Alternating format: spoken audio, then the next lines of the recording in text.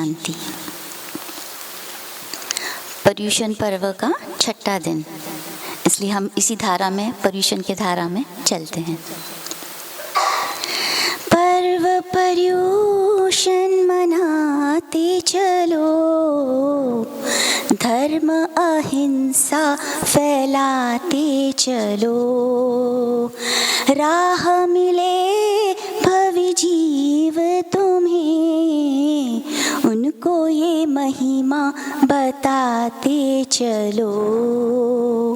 पर्व पर्युषण मनाते चलो, धर्म अहिंसा फैलाते चलो। आया है ये पर्व अनोखा, तप जप कर ले प्राणी, मोह माया में पड़कर तेरा जीवन जाए न खाली। मोह माया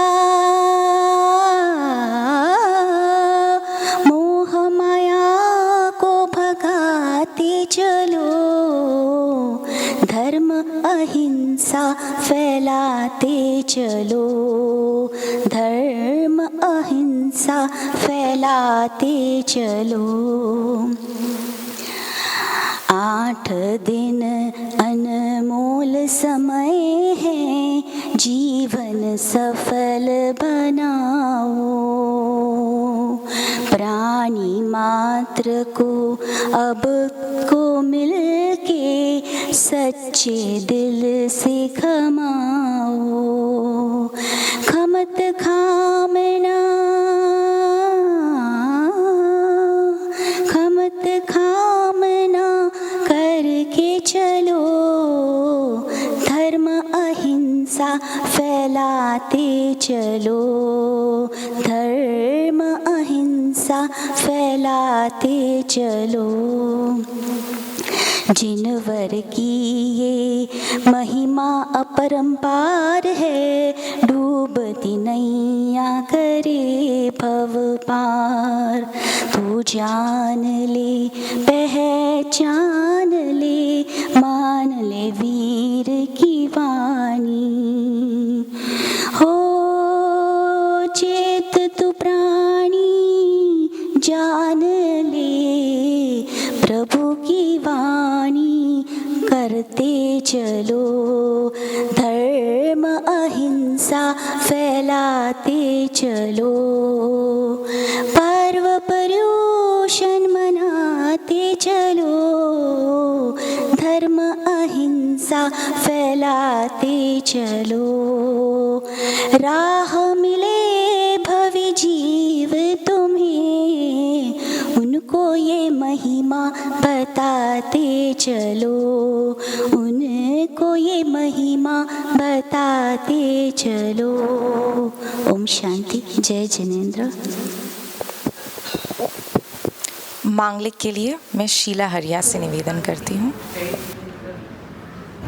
नमो अयंताणं, नमो सिद्धाणं, नमो आयर्याणं, नमो वज्रायणं, नमो लोये सव्वसाहुणं, केशोपञ्चनमुखां सर्वपावकणाशनं, मंगलानं च सर्वेसिं पद्मं भवै मंगलम्।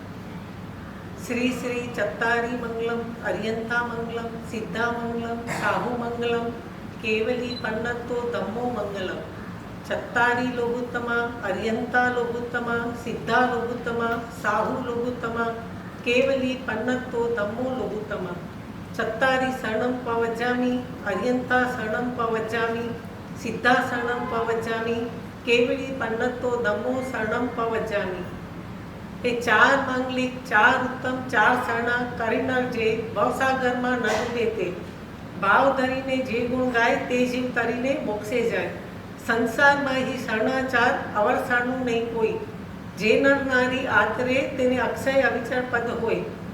અનંત 24 જીન નામું સિદ્ધ અનંતા કરોડ, જે પુનિવાર મુક્તે ગયા તેને બંધુ બેકર જોડ। દોય કોડી કેવળ ધરા विरामान 20 जीव, कर्म कपावा कारणे साधुजी सर्व नमो निस्दीन। अंगूठे अमृतव से लब्धि तणा भंडार गुरु गौतम ने समरिए तो सदाय मन वांछित फलदाता। ये चार मांगलिक चार उत्तम चारना शरणा आ भवे पर भवे भवो भव हो जो। ओम शांति। जय जिनेन्द्र। आज का विषय है अच्छाई से बुराई जीते और आज हमारी वक्ता रहेंगी राजयोगिनी ब्रह्मा कुमारी शकु दीदी जी। मैं दीदी जी को मंच पर आमंत्रित करती हूँ। आप अपने बाल्य अवस्था अर्थात पिछले 58 वर्षों से अपनी जीवन ईश्वरीय सेवाओं में समर्पित करके चल रहे हैं। आप वर्तमान में घाटकोपर सब जोन की निर्देशिका हैं और पिछले 50 वर्षों से मुंबई के डोंबिवली सेवा केंद्र का एवं आसपास में चल रही सेवाओं का भी आप संचालन करती हैं। YouTube पर तत्वबोध नामक प्रेरणादायी कहानियों के वीडियोस आपके अभी तक 650 से भी अधिक पब्लिश हो चुके हैं।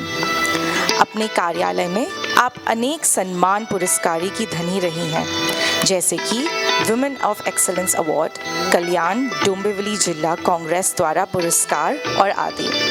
राजयोग ट्रेनिंग कोर्सेज और अन्य मूल्य आधारित कोर्सेज करने में आप प्रतिभा संपन्न हैं और भारत तथा विदेश में भी कई स्थानों पर आप सेवाएं प्रदान करती रही हैं। तो हमारा भाग्य है कि इतनी अत्यंत ज्ञानी वक्ता आज हमारा मार्गदर्शन करेंगी। दीदी जी के सम्मान के लिए मैं मीनल रामभिया को आमंत्रित करती हूँ।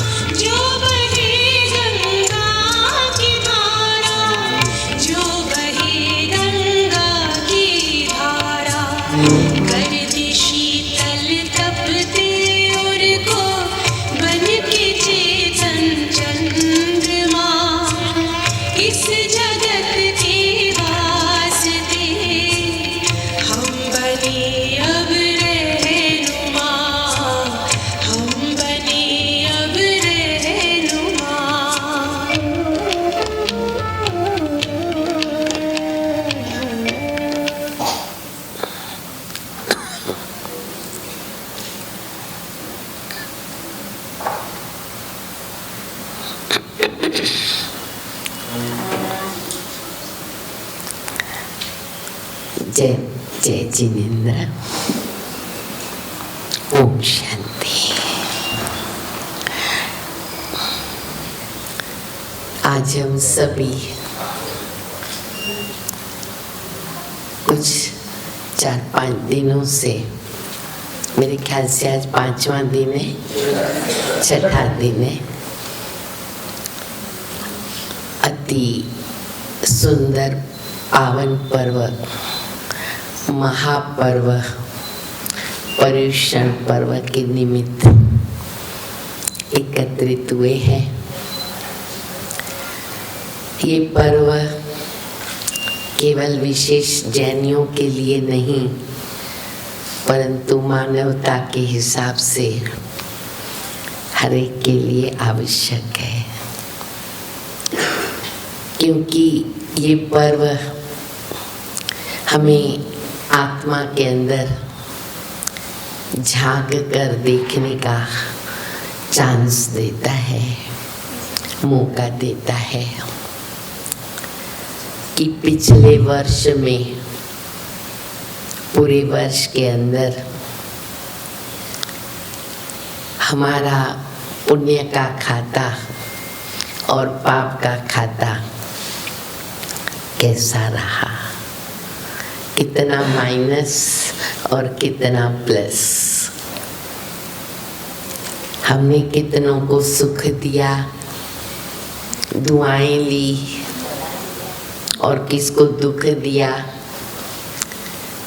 पाप किया, पुण्य किया, भूल किया। आत्मा अंदर झांक कर अपने को देखती है और आत्मशुद्धि का प्रयत्न करती है, बराबर ना? और ये मौका बहुत ज़रूरी है। हमारे जो महापुरुष होके गए, हमारे महावीर जी, सबने देश के लिए क्या कुछ नहीं किया और कितना सब सिखा करके गए। उन्होंने अपने जीवन के अंदर कितने श्रेष्ठ कर्म किए, आदर्श बने हमारे लिए, प्रेरणा मूर्त बने।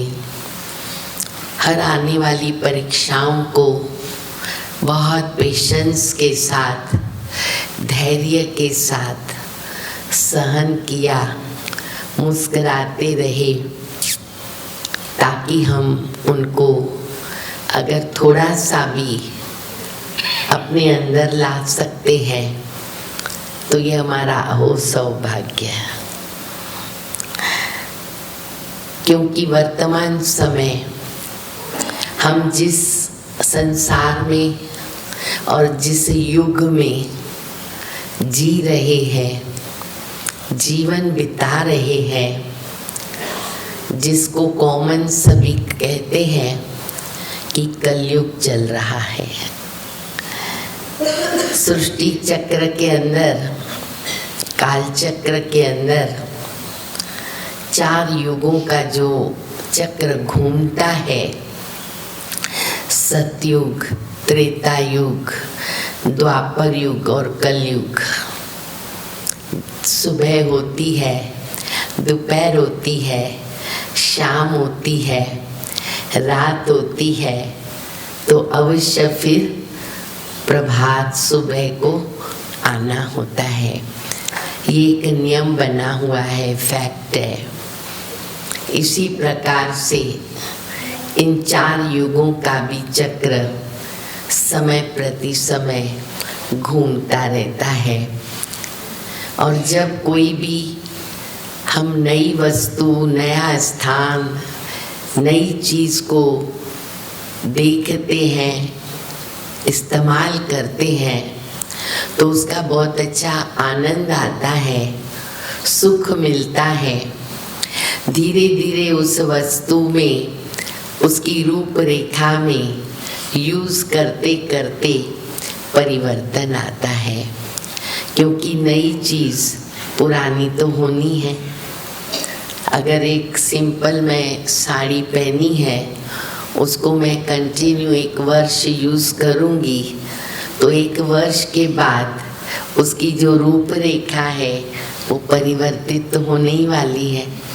और वो समय भी आएगा जब मुझे उसको सिलाई भी करना पड़े, फट गई तो। और वो समय भी आएगा जब उसको मुझे रिजेक्ट करना पड़े और नया लेना पड़े।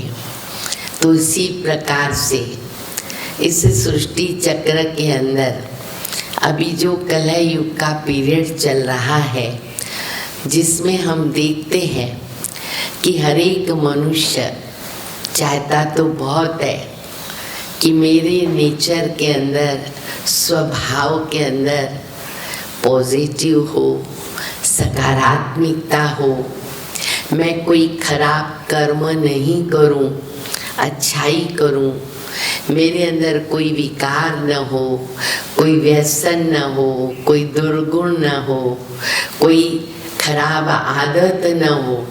हर व्यक्ति चाहता है। क्यों चाहता है? कि वो चीज़ें पसंद तो नहीं है, किसी को भी पसंद नहीं है। हर एक को पसंद क्या आएगा? सुख, शांति, आनंद, प्रेम, खुशी, यही पसंद आएगा ना। परंतु उसकी धीरे धीरे कमी दिखती जाती है, अभाव दिखता है इस कलह युग के पीरियड में। तो हम कैसे हमारे जो दुर्गुण हैं, व्यसन है, अवगुण हैं, उनसे मुक्त हो जाए। क्योंकि अच्छे कर्म और बुरे कर्म, उनको समझना बहुत ज़रूरी हो जाता है। चाहे कितना भी दुर्गुण अवगुण अपनी शक्ति दिखावे, लेकिन अंतिम विजय किसकी होती है? गुणों की होती है, अच्छाइयों की होती है। रावण भी आ गया, कंस भी आ गया, लेकिन विजय किसकी होती है? सच की होती है। सत्यमेव जयते है, सत्यम शिवम सुंदरम है। कहते हैं ना, सच की नाव हिलेगी डुलेगी लेकिन डूबेगी नहीं। परीक्षाएं तो आएगी, विघ्न तो आएंगे। कौन सा ऐसा व्यक्ति है आज की दुनिया में जिसको विघ्न ना आता हो?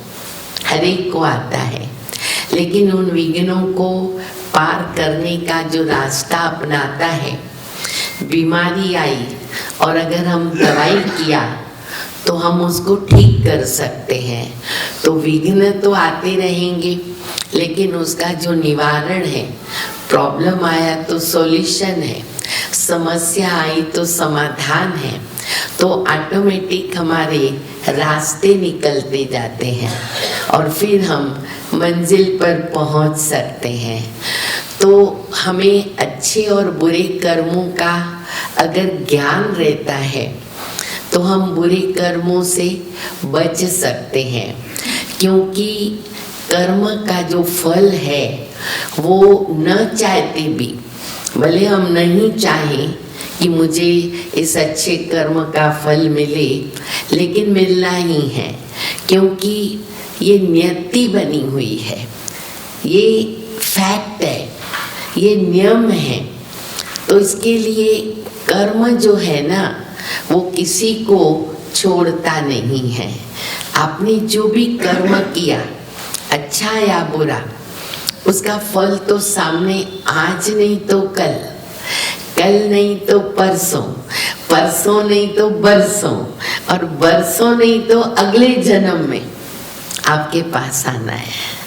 आप भारत में कुछ ऐसा अच्छा कर्म करके लंदन जाओ, अमेरिका जाओ, बुरा कर्म करके लंदन अमेरिका जाओ, आपको वो वहाँ भी नहीं छोड़ेगा, दोनों का फल मिलेगा। कहते हैं अगर 100 गाय खड़ी है और एक गाय का बछड़ा आया, तो हम नहीं समझ पाएंगे कि इसकी माँ कौन है। बहुत सारी खड़ी है, एक जैसी दिखती है, लेकिन जो बछड़ा है ना, वो अपनी माँ को पहचानता है, वो पहचान लेगा। तो हम कितना भी छुपे अच्छे बुरे कर्म करके, पर वो हमको पहचान लेता है और वो हमें छोड़ता नहीं है। इसीलिए हमें अच्छे कर्म के ऊपर अंडरलाइन करना बहुत ज़रूरी हो जाता है।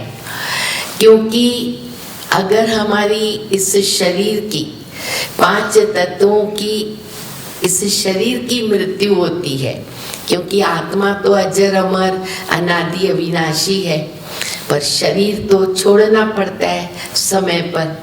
ऐसा तो नहीं कि हम अमर बन सकते हैं, कोई ऐसा डॉक्टर तो दवाई नहीं दे सकता है कि हमारी मृत्यु न हो, होनी ही है सबको।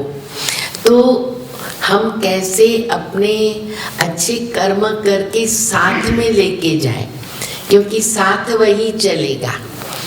कहते हैं हर व्यक्ति के 3 मित्र होते हैं। एक मित्र ऐसा है जो अंग संग रहता है, और एक मित्र ऐसा है जो सुबह शाम मिलता है। तो एक बार एक व्यक्ति को पहली बार कोर्ट में जाना पड़ा, तो उसको डर लगता था। तो उसने अपने अंग संग रहने वाले मित्र को पूछा कि मुझे कोर्ट में जाना है, डर लगता है, आप मेरे साथ चलोगे? बोला माफ करना, मैं आपके साथ कोर्ट में नहीं चल सकता। फिर सुबह शाम रहने वाले मित्र को पूछा कि आप मेरे साथ चलोगे? बोला हाँ, मैं चल सकता हूँ, लेकिन केवल कोर्ट के दरवाजे तक, अंदर नहीं चलूँगा। तो बोला फिर कुछ फायदा नहीं। तीसरे मित्र ने कहा कि हाँ मैं चलूँगा। तो आत्मा जब शरीर छोड़ करके जाती है उस कोर्ट में ऊपर, तो अंग संग रहने वाला है शरीर जो कंटिन्यू मेरे साथ है, तो उसको कहती है तुम चलो मेरे साथ ऊपर। तो कहता है मैं तो नहीं चल सकता, शरीर को तो यहाँ ही खत्म होना पड़ता है। फिर सुबह शाम माता पिता भाई बहन पति पत्नी बच्चे जो रहते हमारे साथ, उनको कहते कि तुम चलो, तो वो कहते हम चलेंगे पर स्मशान के गेट तक ही चलेंगे, बाद में तो हम नहीं चल सकते, स्मशान के गेट तक आपको छोड़ देंगे। लेकिन तीसरा मित्र है कर्म। जो कर्म है ना, वो हमारे साथ चलेगा। ये हमेशा हम याद रखें, चाहे अच्छे कर्म हो या बुरे कर्म हो, दोनों हमारे साथ चलते हैं। आज हम देखते हैं कि जन्म से ही कई बच्चे भी बीमार रहते, रोगी रहते, और विविध प्रकार से लूला लंगड़ा कई प्रकार की अपाहिज रीति से जन्म लेते हैं। तो कहने में आता है ना कि इनके अपने कर्मों का फल है। तो अच्छे कर्म का भी फल है और बुरे कर्म का भी फल है। इसीलिए हमें कर्म के ऊपर अटेंशन देना बहुत जरूरी है। एक दूसरी बात भी मुझे बहुत अच्छी याद आ रही है, स्टोरी के रूप में आपको बताती हूँ, आपको बहुत अच्छा लगेगा, जीवन में मदद मिलेगी। कहते हैं अच्छा करोगे तो आपके पास रहेगा, और बुरा करोगे ना तो वो भी लौट के आपके पास ही आने वाला है। उसके ऊपर स्टोरी है। एक बहन जब भोजन बनाती थी तो एक रोटी अपनी खिड़की के पास रखती थी, और एक फकीर था, रोज उसका नियम था वो आके रोटी लेके जाता था। लेकिन रोटी लेते समय वो ये अपने मुख से जोर जोर से कहता था कि अच्छा करोगे तो आपके पास रहेगा, और बुरा करोगे तो भी वो लौट के आपके पास आएगा। वो माता रोज सुनती थी, तो सुन सुन के उसको कंटाला आ गया। बोला ये क्या है, रोज रोज ये वही बात बोलता है, वही बात बोलता है। आज है ना, मैं उनकी रोटी में जहर डाल देती हूँ। तो उसने पहले तो एक रोटी बनाई, उसमें थोड़ा जहर डाला, लेकिन थोड़ी देर के बाद उसको कॉन्शियस खाने लगा कि ये तो मैं ठीक नहीं किया, चलो जाने दो। तो उसने वो रोटी हटा करके फिर वापस रेगुलर वाली बराबर की रोटी रखी। और उसी दिन शाम दोपहर के बाद उसका जो लड़का था वो विदेश में रहता था, तो वो विदेश से लौटा और कुछ फ्लाइट से उतर के गड़बड़ हो गई, उसके पास कुछ भोजन आदि नहीं रहा, उसकी तबीयत बिगड़ गई। तो उसको चक्कर आ रहे थे, चक्कर आते आते वो ऐसे रास्ते से चल रहा था, गिर गया। तो वहीं उसको वो फकीर मिला, तो फकीर ने उसको उठाया, बोला आपको कुछ मदद करूं? बोला मैं इतना भूखा हूँ, मुझे कुछ चाहिए, उसके लिए मुझे चक्कर आ रहे हैं। तो बोला देखो मेरे पास एक रोटी है, अगर आप कहो तो मैं वो आपको खिला सकता हूँ। बोला भले दो, मुझे चाहिए। तो फकीर ने वो वापस स्लोगन यूज किया, अच्छा करोगे तो आपके पास रहेगा और बुरा करोगे तो भी आपके पास लौट के आएगा। ऐसे बोल करके उसको रोटी दिया। उसने रोटी खाई, थोड़ा उसको अच्छा लगा और उसको शुक्रिया बोल करके वो घर गया। माँ ने दरवाजा खोला, हैरान हो गई, बेटा आ गया। फिर भी देखा उसका तबीयत तो ठीक नहीं लग रहा है, तो बिठा करके उसको पूछा बेटा क्या हुआ? तो उसने सारी स्टोरी सुनाई और कहा कि आज अगर वो फकीर मुझे रोटी नहीं देता था तो शायद मैं मर भी सकता था, लेकिन उस फकीर ने ना माँ रोटी देते समय ये मुझे बोला कि अच्छा करोगे तो अच्छा आपके पास रहेगा, बुरा करोगे तो लौट के आपके पास आएगा। माँ को एकदम स्ट्राइक हुआ। उसने कहा कि आज अगर मैं उसको जहर की रोटी दे देती थी तो क्या होता था? उसका बेटा ही मर जाता था। तो ये सीखने वाली बात है। तो हम अच्छा करते वो हमारे पास रहता है, लेकिन हम बुरा करते हैं ना, हमारे पास लौट के आता है। आप किसी के ऊपर गुस्सा करते हो, क्रोध करते हो, उसको तो आपने ठीक है दुख दिया, आपके मन को शांति मिली? कभी नहीं मिलेगी, क्योंकि क्रोध वस्तु ही बुरी है। आप भी अशांत रहेंगे, जी जलता रहेगा, क्रोध की अग्नि में आत्मा जलती है। तो यह हमें सीखना होता है कि हम अच्छे कर्म ही करें।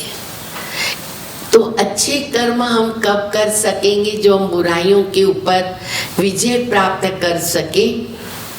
तो उसके लिए कहते कर्म करने के पहले उनके परिणाम को सोचो, पहले रिजल्ट को सोचो, दूरांदेशी बनो, दूर तक सोचो, आद मध्य अंत तक सोचो कि ये कर्म मैं करने जा रही हूँ, करने जा रहा हूँ, इसका परिणाम क्या होगा।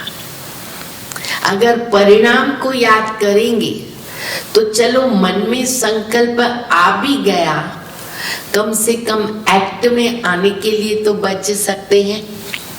क्योंकि कोई भी चीज करने के पहले मन में आती है, क्योंकि आत्मा जो हमारी है उसकी 3 आर्गन्स हैं, जैसे मुख, कान, आँख, हाथ, पांव शरीर के आर्गन्स हैं, वैसे आत्मा के 3 आर्गन्स हैं, मन, बुद्धि, संस्कार।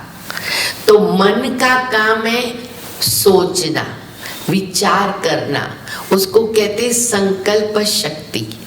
मेरे मन में ये विचार आ रहा है, मैंने ऐसे करने को सोचा है, मन सोचता है। एक विचार नहीं, हजारों विचार आते हैं, अच्छे बुरे। एक साइंटिस्ट ने कहा कि एक व्यक्ति दिन में कम से कम 30,000 तक भी विचार करता है। तो विचार तो बहुत आते हैं, लेकिन फिर उसका डिसीजन लेना, निर्णय लेना कि मुझे क्या करना है, वो हमारी बुद्धि करती है। यस तो यस, नो तो नो। फिर जैसी जिसकी बुद्धि।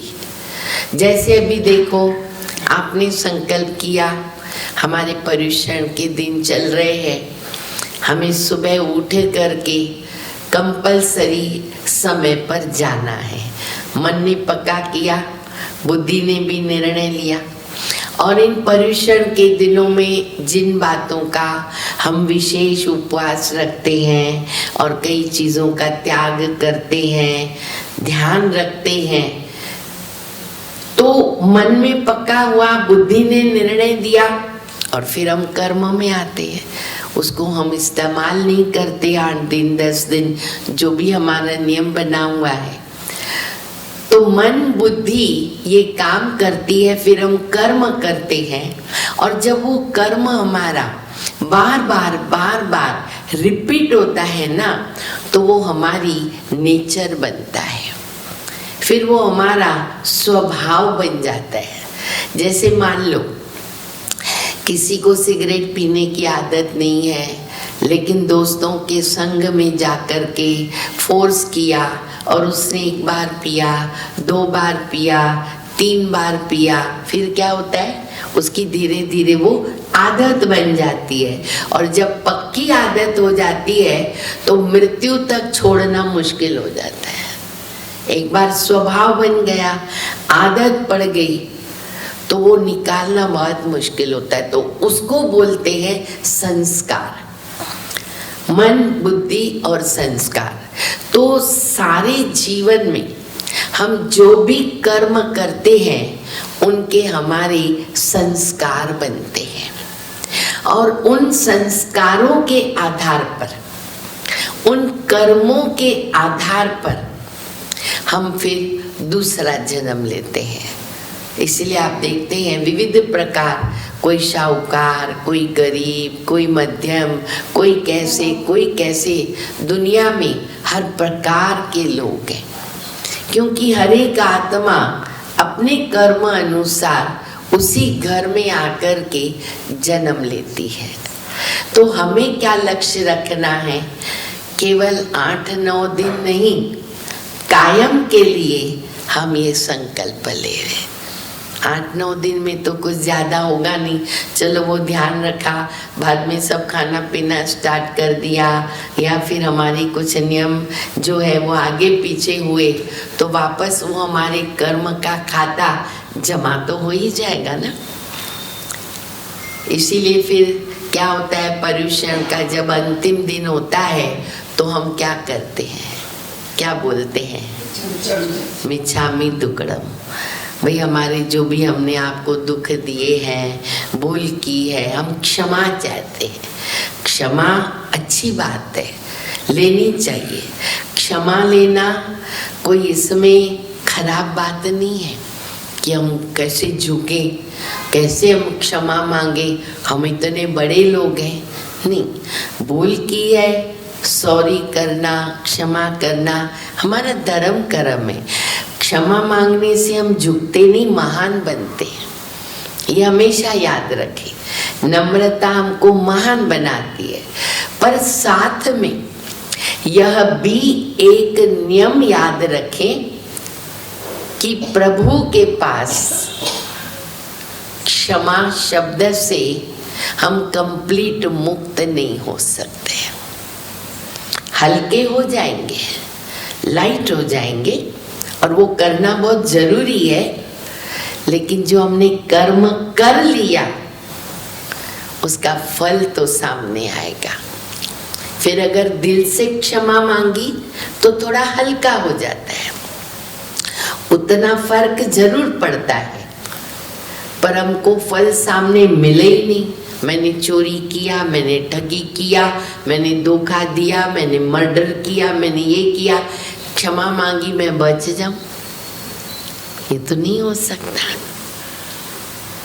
तो कर्म का फल निश्चित है। इसमें ये जो ऐसा नियम है ना, इसमें आपका मेरा कुछ चल नहीं सकता।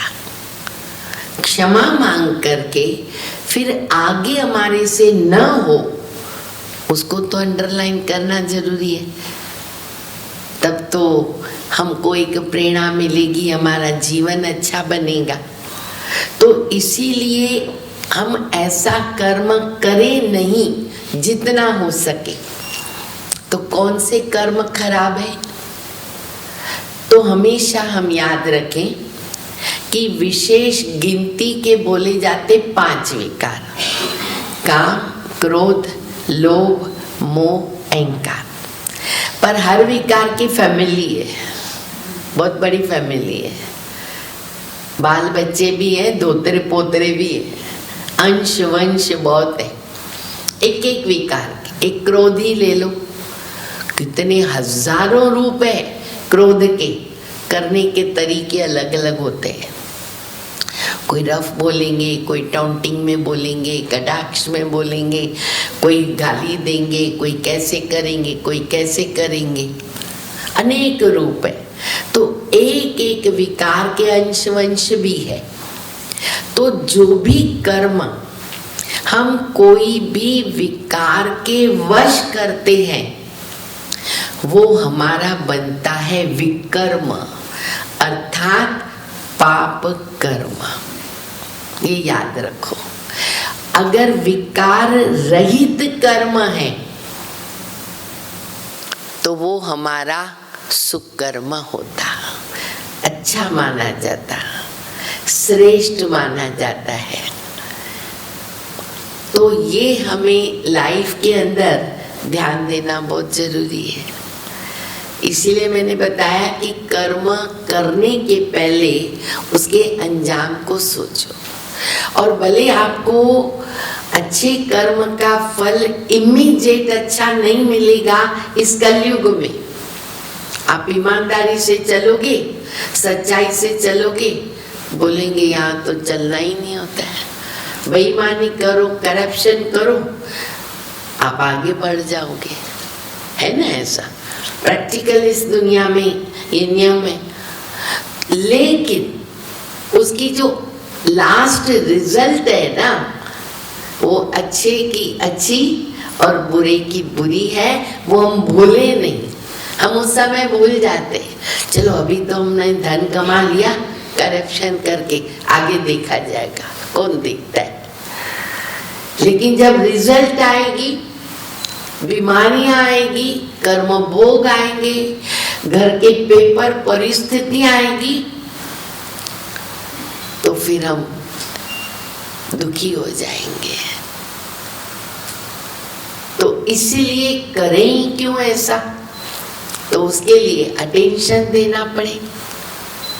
इसलिए कर्म करने के पहले थोड़ा सा सोच ले। मन में विचार आया, कोई बात नहीं, हम कंट्रोल कर सकते हैं। मन का मुख पर आता है। जैसे मुझे किसी ने मेरा अपमान किया, मुझे अपमान फील हुआ, तो गुस्सा आएगा, तो मुख से कुछ निकलेगा, कड़वा शब्द। पहले मन में आया कि क्या समझते खुद को, ऐसा बोल दिया मुझे, अपमान कर लिया मेरा, तो मैं भी कुछ बोलने के लिए एकदम रेडी होके बोल दूंगी। तो मैंने तो बोल के मेरा विकर्म कर लिया, पाप कर्म कर लिया। उसने तो किया, वो जाने और महावीर जाने, प्रभु जाने, मैं तो नहीं करूं।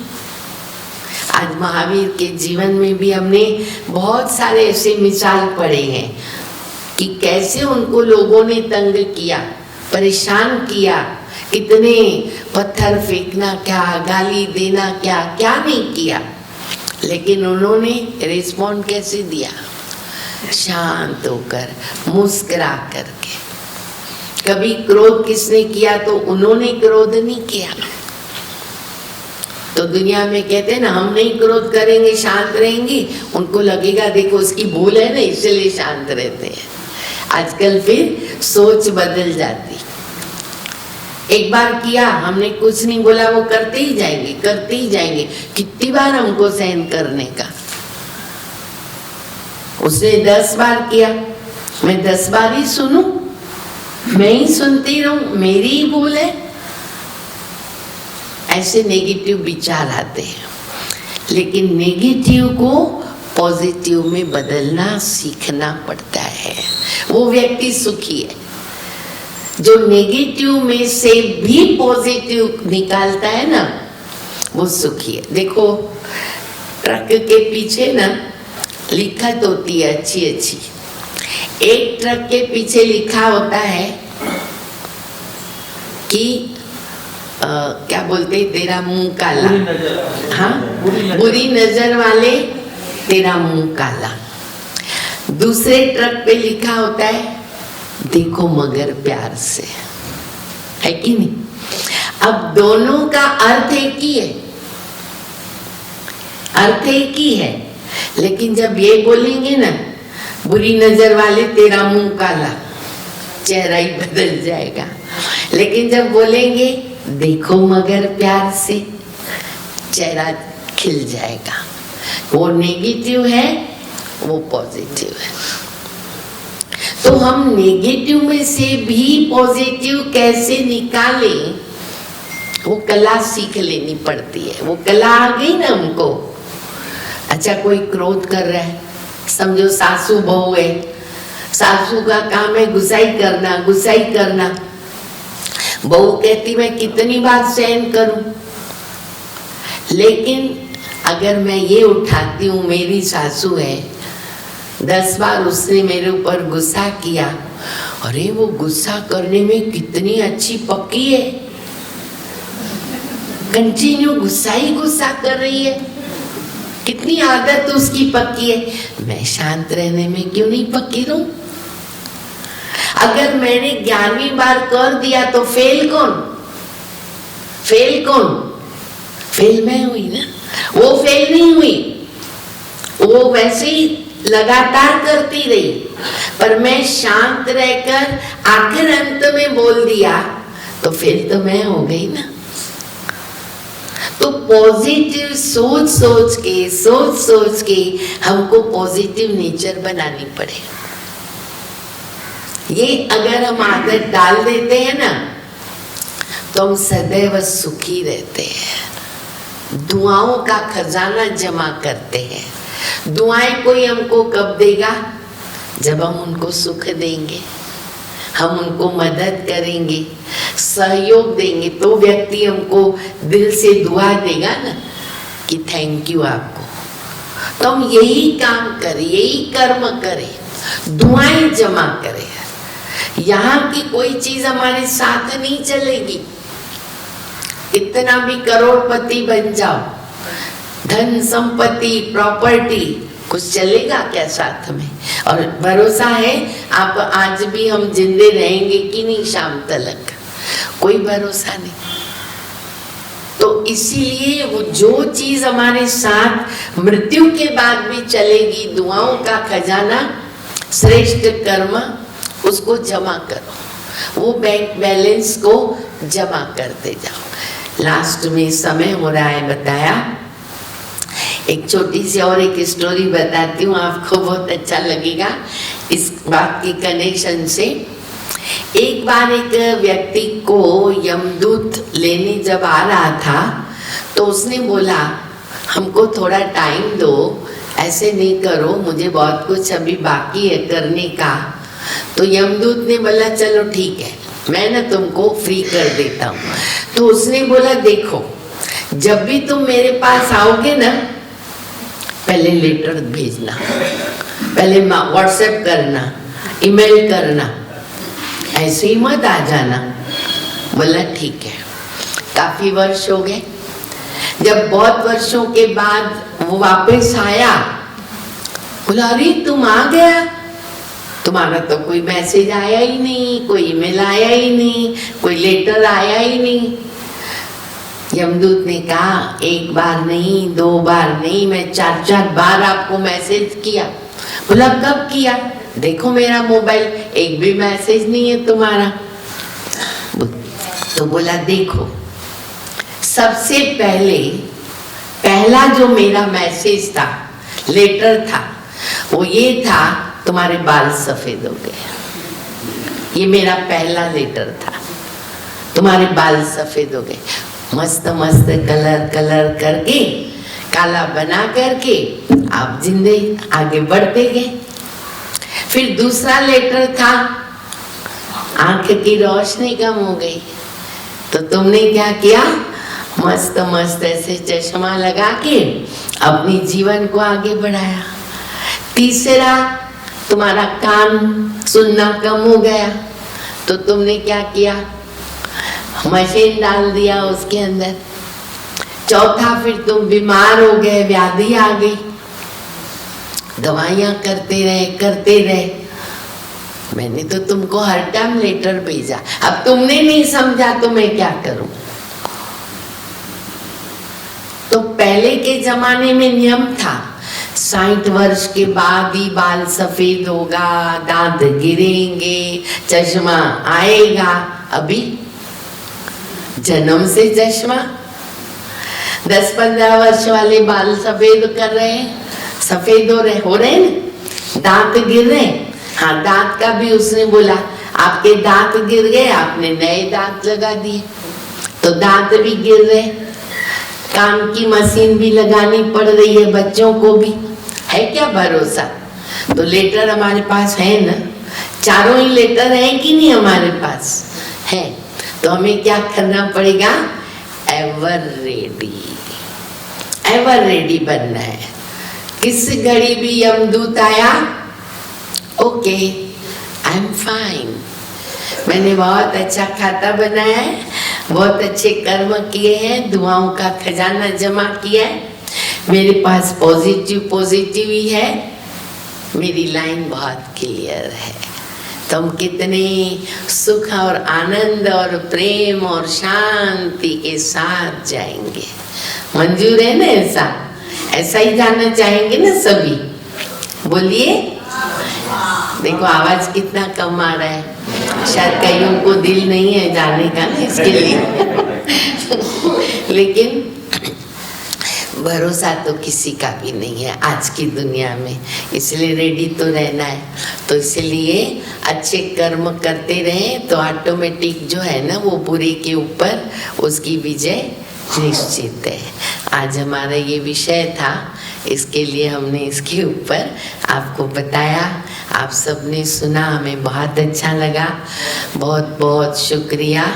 और आपने हमें निमंत्रित दिया, रुक्मणी बहन ने खास हमको बोला। परसों हमारे भाई जी भी आए थे ना आपके पास, राजयोगी निकुंज जी, हाँ वो भी बहुत अच्छे हमारे लेखक, जर्नलिस्ट और हमारी संस्था के इंटरनेशनल रिस्पॉन्सिबिलिटीज संभाल रहे। उम्र छोटी होते भी टैलेंटेड हैं बहुत, तो बहुत अच्छा। उन्होंने शायद गीत वगैरह भी सुनाया आपको। हाँ, आप लोग सब थे परसों, रोज आ रहे हैं आप सभी। और कल तो हमारे महावीर जी का जन्मदिन भी था ना। हाँ, उनकी माँ थी कौन, त्रिशला देवी थे ना, जिन्होंने 14 चीजें देखी थी स्वप्न में। बहुत अच्छा शेर है, हाथी है, गाय है, कलश है और सूर्य, चंद्रमा, ये सब है ना। तो देखो हमारी वो माता भी कितनी भाग्यशाली। तो ऐसे हमें उनको सबको फॉलो करना है, ठीक है। अच्छा, जय जिनेंद्र, ओम शांति। अभी 3 मिनट हम बैठेंगे, मेडिटेशन करेंगे। मैं कुछ 3 मिनट कमेंट्री भी दूंगी। Thank you.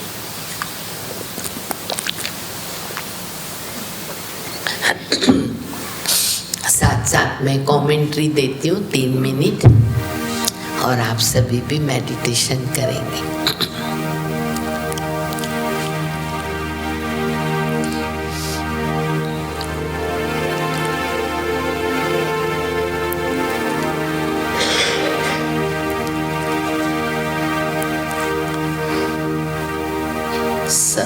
हल्के होकर के बैठे,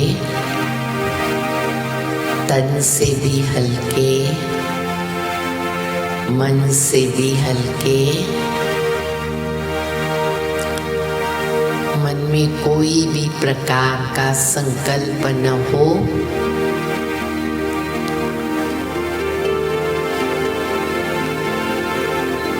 इस 5 तत्वों के शरीर को चलाने वाली मैं चैतन्य सत्ता, एक शक्ति, एक ज्योति आत्मा हूँ। मैं आत्मा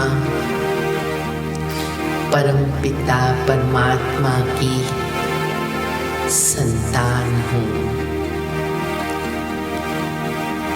परमपिता परमात्मा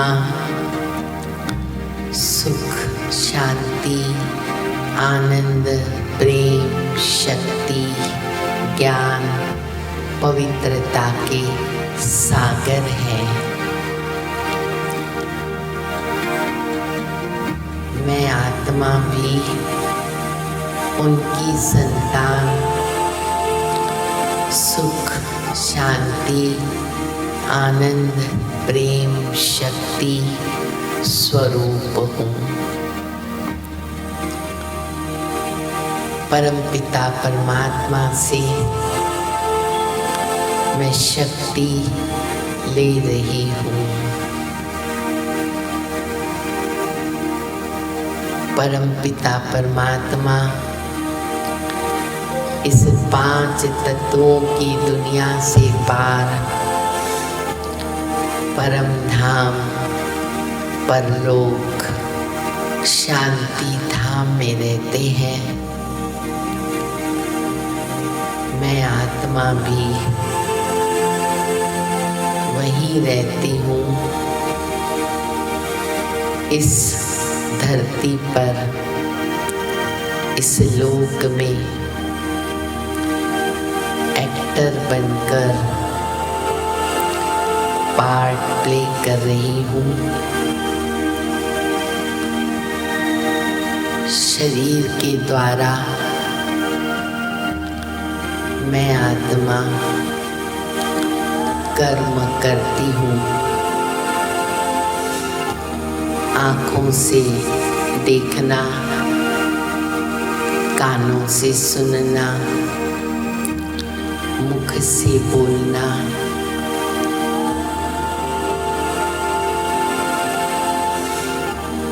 hear no evil, see no evil, talk no evil, think no evil, do no evil। इसी स्लोगन को मुझे याद रखना है। श्रेष्ठ कर्म करके मुझे श्रेष्ठ बनना है और अन्यों को भी श्रेष्ठ बनाने का मार्गदर्शक बनना है। परमपिता परमात्मा से मुझे सब गुणों की प्राप्ति हो रही है, शक्तियों की प्राप्ति हो रही है। शुक्रिया, शुक्रिया, शुक्रिया। ओम शांति।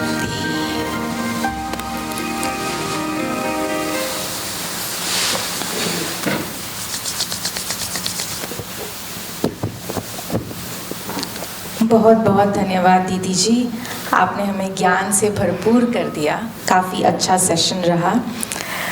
हर साल हम लोग यहाँ पर मिलते हैं 8 दिन के लिए और हर रोज़ साथ बिताते हैं, तो हम सब एक परिवार के जैसे हो गए हैं। और आज हमारे परिवार से 2 विशेष लोगों का बर्थडे हम साथ में मनाएंगे। सबसे पहले कुंजी बहन बंसाली जी, जो अब 82 इयर्स ओल्ड की हो गई हैं और वे स्टार्टिंग से ये पर्यूषण पर्व प्रवचन माला के सपोर्टर रहे हैं। बहुत योगदान है, बहुत सहयोग है और वे हर रोज़ शाम सुबह 7 में आ जाती हैं और बैठती हैं और हर रोज़ सुनती है और हमें बहुत खुशी होती है। आज उनका बर्थडे हम साथ में मनाएंगे ज़ोरदार तालियों से। आप प्लीज़ आगे आएँ। रुक्मिणी दीदी जी को मैं आमंत्रित करती हूँ उनका सम्मान करने के लिए। हम सभी इतना, हमारा प्यार है ये आपके लिए।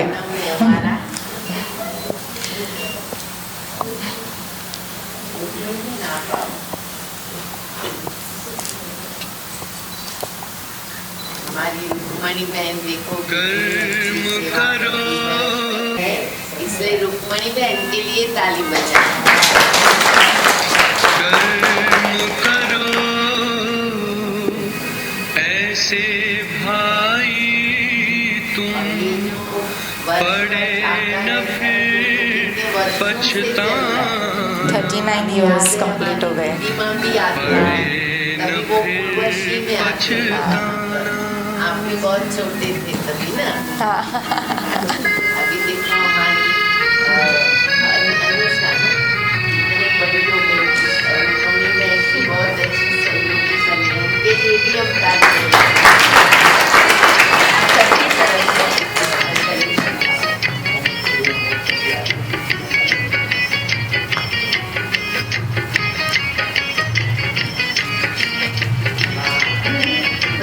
तरह से कर्म करो ऐसे भाई तुम, पड़े न फिर पछताना, कर्म करो ऐसे भाई तुम, पड़े न फिर पछताना, पड़े न फिर पछताना। एक दिन तो धर्मराज को पड़ेगा मुख दिखलाना, पड़ेगा मुख दिखलाना। हम दोनों बर्थडेज के लिए केक लाए थे पर अभी काटेंगे नहीं, सब लोग का उपवास वगैरह भी है। कर्म करो कैसे भाई तुम, पड़े न फिर पछताना, पड़े न फिर। और दूसरा बर्थडे विशेष एक और आत्मा ज्योति बहन वीरचंद सावला, वो 75 इयर्स की हो गई है। वे यहाँ पर आए हैं छुट्टी पर, उनकी बेटियां आई हैं। मीनल राबिया को मैं आमंत्रित करती हूँ, उनकी ओर से आप प्लीज़ कुछ गिफ्ट हमारे सेंटर से ज़रूर लीजिएगा। प्लीज़ आइए आइए, ये हमारा प्यार। ज्योति बहन है, उनकी बेटी है ये, ज्योति बहन नहीं आ पाई है।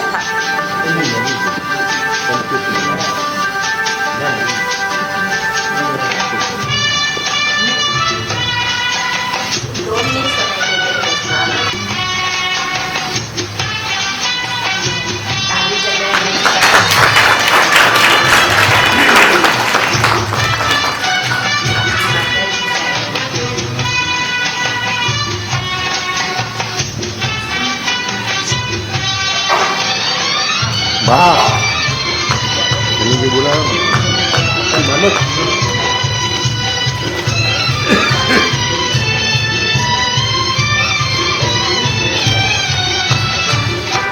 मनोज बार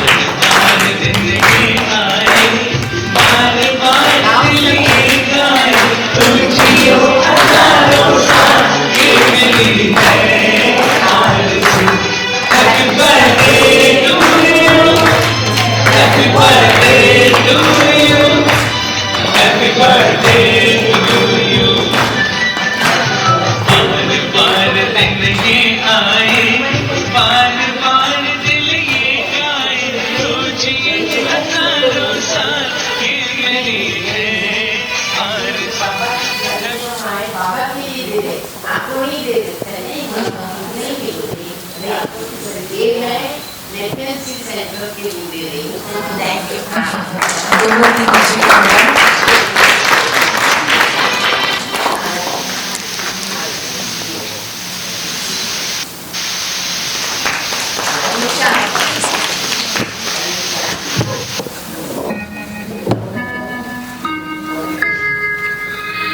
कर्म करो ऐसे भाई तुम पड़े न फिर हमारे राघव जी भाई बहुत पुराने, जब हमारी दीदी माँ थे तब से लेकर उनके नौकरी में रहे हैं।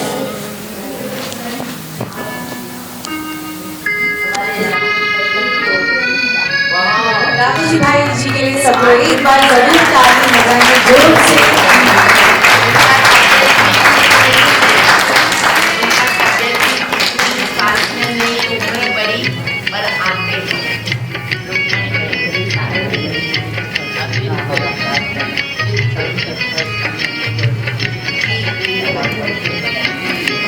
कर्म करो ऐसे भाई तुम पड़े न फिर इस साल काफी सेलिब्रेशंस भी किए हम लोग ने साथ में, हर साल मनाते रहेंगे। कर्म करो ऐसे भाई तुम पड़े न फिर पछताना पड़े और समय ना लेते हुए आज की प्रभावना 2 है। पहला मातुश्री ज्योतिबेन भीचंद सावला और उनकी पुत्रियां शीतल और मीनल और उनकी परिवार से है, और दूसरी प्रभावना जीतूबाई भंसारी और उनके परिवार से है। आप दोनों से निवेदन है कि आप आगे अपने हस्त कमल से सबको प्रभावना दें। आप सभी से निवेदन है कि 2 प्रभावना है तो एक वो साइड से और ये साइड से लेते हुए ही जरूर चलिएगा। कल हम फिर से मिलेंगे। ओम शांति, जय जय।